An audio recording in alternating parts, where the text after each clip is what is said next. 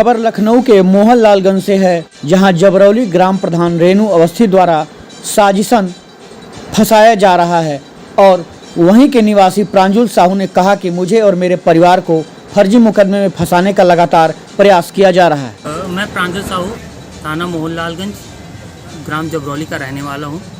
दिनांक 28 तारीख को रेणु अवस्थी, जो कि ग्राम प्रधान है हमारे गांव की, उनके द्वारा एक प्रार्थना पत्र दिया गया जिसमें दिखाया जा रहा है कि मैं प्रांजुल साहू, मेरे पिता अरुण साहू या मेरे छोटे भाई हर्षित साहू के द्वारा उनको मेरी ही राइस मिल के बाहर रोककर जान से मारने की धमकी दी गई। उनके सिर पे पिस्तौल रखा गया और कहा गया कि 3 दिन के अंदर आप प्रधानी पद से इस्तीफा दे दीजिए, नहीं तुम्हारी हत्या करा देंगे और तुम्हारे पिता की, तुम्हारे पतिदेव की भी हत्या करा देंगे।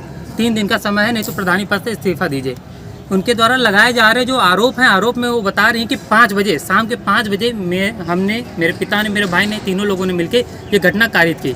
तो मैं आपको बताना चाहता हूँ, उस समय जिस समय घटना की बात बता रही, 5 बजे, मैं सुबह 10 बजे ही उसी दिन अपने दोस्त सूरज साहू के साथ लखनऊ कुछ आवश्यक कार्य से न्यायालय गया था। उसके बाद मैं शाम को 5 बजे पुलिस उपायुक्त दक्षिणी कार्यालय में उपस्थित था, मौजूद था। वहाँ पर CCTV कैमरे में कैद है।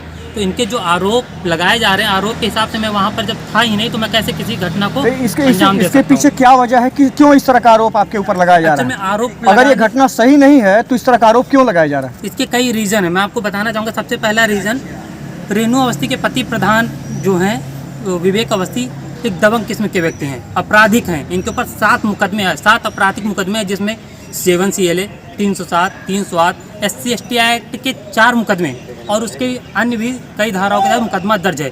एक मामला इन्होंने किया था सन 2012 में, कनकहा चौकी हमारी पड़ती है, चौकी प्रभारी दरोगा साहब हैं संजय पांडे साहब, दीवान जी और 2 अन्य पुलिसकर्मी हैं, जिनके ऊपर इन्होंने पुलिस से फायरिंग की थी, असलहे से फायरिंग की थी। उसमें क्या हुआ था कि उसमें हमारे बड़े पापा और मेरे पिताजी, बड़े पापा प्रधान थे उस समय, मेरे बड़े पापा ने और पिताजी ने पुलिस का सहयोग करते हुए उच्च अधिकारियों के समक्ष गवाही दी थी कि हाँ, विवेक अवस्थी ने ये सारे कार्य किए। तभी सन 2012 से लगातार। तो क्या ये पारिवारिक दुश्मनी है या गांव की कोई रंजिश है? ये गांव की रंजिश है। एक्चुअल में हमने क्या किया था, अभी वो मैं आपको जैसे सन 2012 वाला विषय बता रहा हूँ, उसमें हमारे बड़े पापा गवाह हैं। तो हम लोगों के द्वारा जब पुलिस का सहयोग किया गया, तभी तो अब आप इस पूरे मामले में क्या चाहते हैं? क्यों आप अपनी समस्याओं को लेके जो है मीडिया को अवगत करा रहे हैं? मैं इसलिए अवगत करा रहा हूँ, जिस तरीके से ये आरोप लगाए जा रहे हैं, सरासर सारे के सारे आरोप गलत हैं।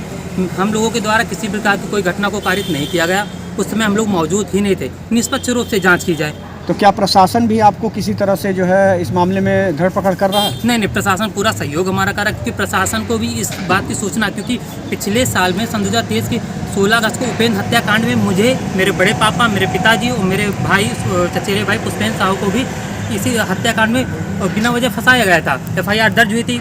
मोहनलालगंज की पुलिस की जाँच में हम लोगों का नाम, चारों लोगों का नाम झूठा पाया गया। तो सन 2012 से ऐसी घटनाएँ हमारे साथ होती रहती कि हमें इस तरीके फंसाया जाता रहता है। तो कोई पहली बार नहीं, हमारे पूरे गांव में तो अब आप क्या चाहते हैं? अब मैं चाहता हूं कि इसमें निष्पक्ष रूप से जांच हो। अच्छा, इसके पीछे एक रीज़न और है कि रेणु अवस्थी के जो पति हैं वो जिला ब्रदर हैं।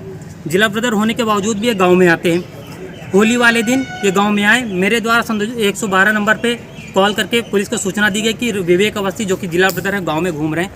कनकहा चौकी प्रभारी महोदय को भी मैंने द्वारा सूचना दी गई कि वो गाँव में घूम रहे। पुलिस आई, उनको विवेक अवस्थी को इस बात की सूचना मिल गई कि मेरे द्वारा ये घटना मेरे द्वारा बताया गया है पुलिस को, तभी से इनके द्वारा इनकी पत्नी को आगे करके ये झूठा प्रार्थना पत्र दिया जा रहा है। अच्छा, एक और है कि ये प्रधान है, तो इनके खिलाफ आय व्यय का ब्यौरा मांगा गया है।